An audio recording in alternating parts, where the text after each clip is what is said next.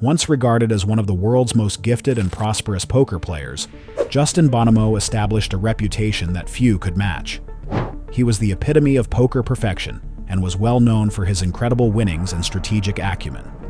However, the story that shook the poker community is hidden beneath the massive stack of chips and championship crowns. Bonomo's path took an unexpected turn, filled with accusations of unethical behavior and judgments that damaged his reputation. What caused the poker prodigy to become controversial after being a hero?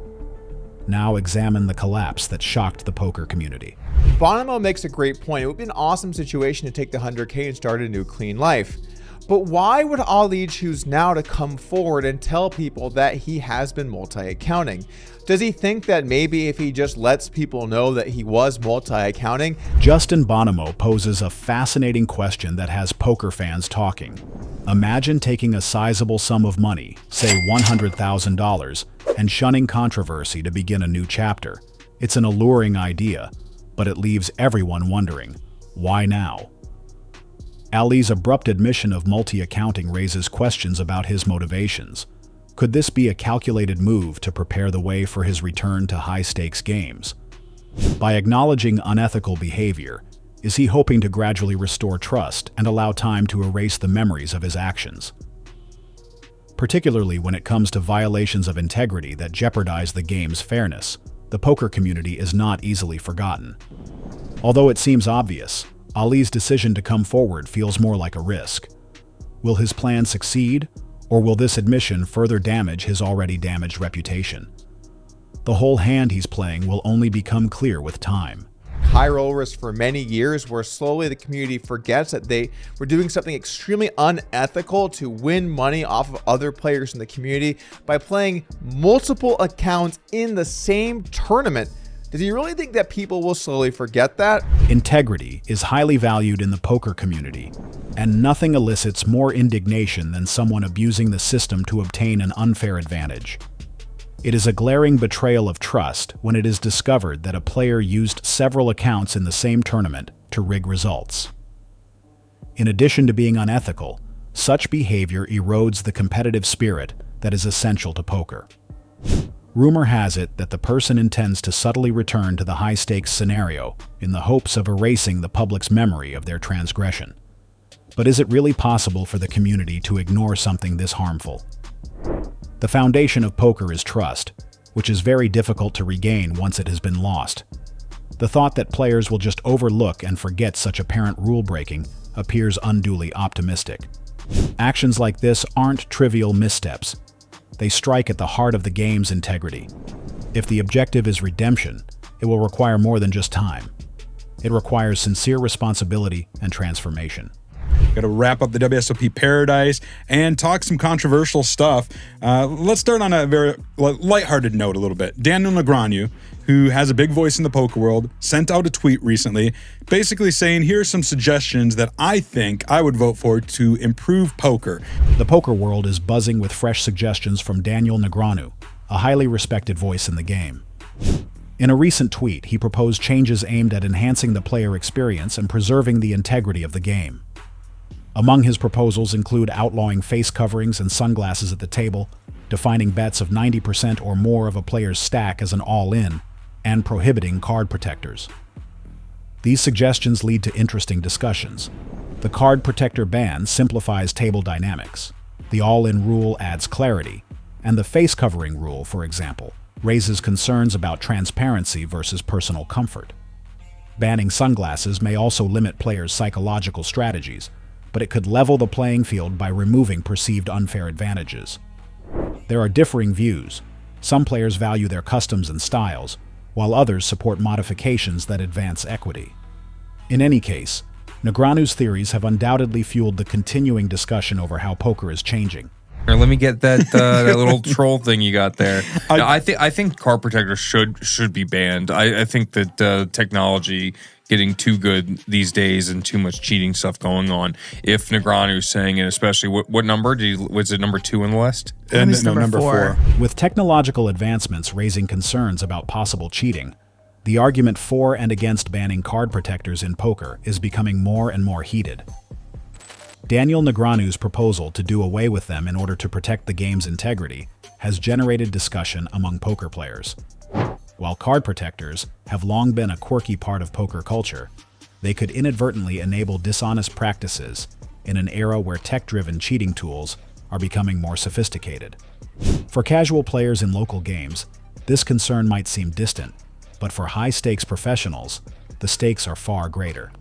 Negreanu's push for such changes underscores a broader effort to make the game fairer and free from external manipulation. While the idea of banning card protectors may seem minor, it's a step toward prioritizing trust and transparency at the table. Whether this rule gains widespread acceptance remains to be seen, but its intent to protect the game is hard to dispute.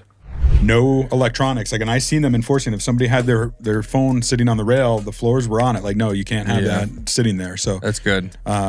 And as you say, technology keeps adapting, advancing. We do got to worry about this sort of thing. So here's the thing with Negreanu now too is, you kind of joked at the beginning, like, oh, Negreanu's got an opinion or a voice, but like, the WSOP Paradise has taken a bold stance on preserving the integrity of the game by implementing strict rules against the use of electronics at the tables. This policy goes beyond simple enforcement, as even phones resting on the rail are swiftly addressed by floor staff, demonstrating the seriousness of the issue. In an age where technology is evolving rapidly, such measures are not just precautionary, but essential to maintain a fair playing environment. Daniel Negreanu's voice in this discussion adds significant weight. His opinions, often delivered with a touch of humor, highlight the importance of staying ahead of potential threats. While some may jest about his outspoken nature, his insights are rooted in years of experience and a genuine desire to protect the game he loves. As technology advances, the poker community must adapt, ensuring that innovation never compromises the trust and fairness that form the foundation of the sport.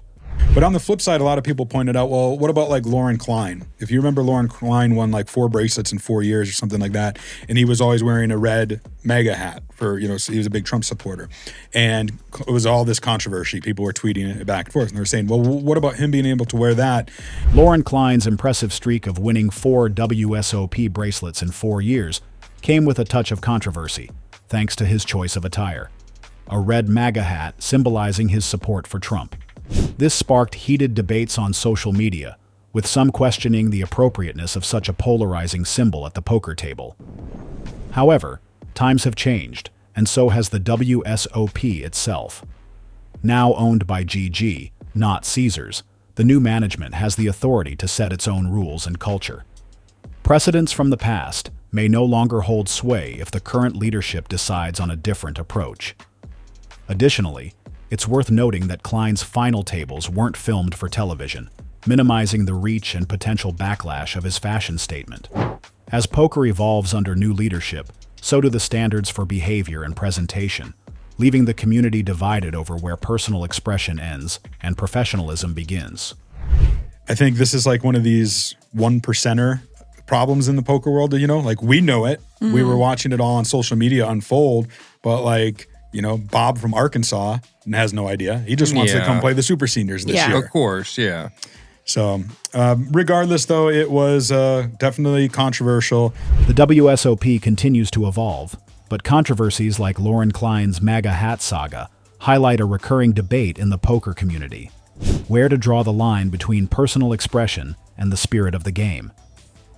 While social media buzzes with discussions about such incidents, the average player, like Bob from Arkansas, gearing up for the Super Seniors event, likely remains unaware of the drama unfolding online.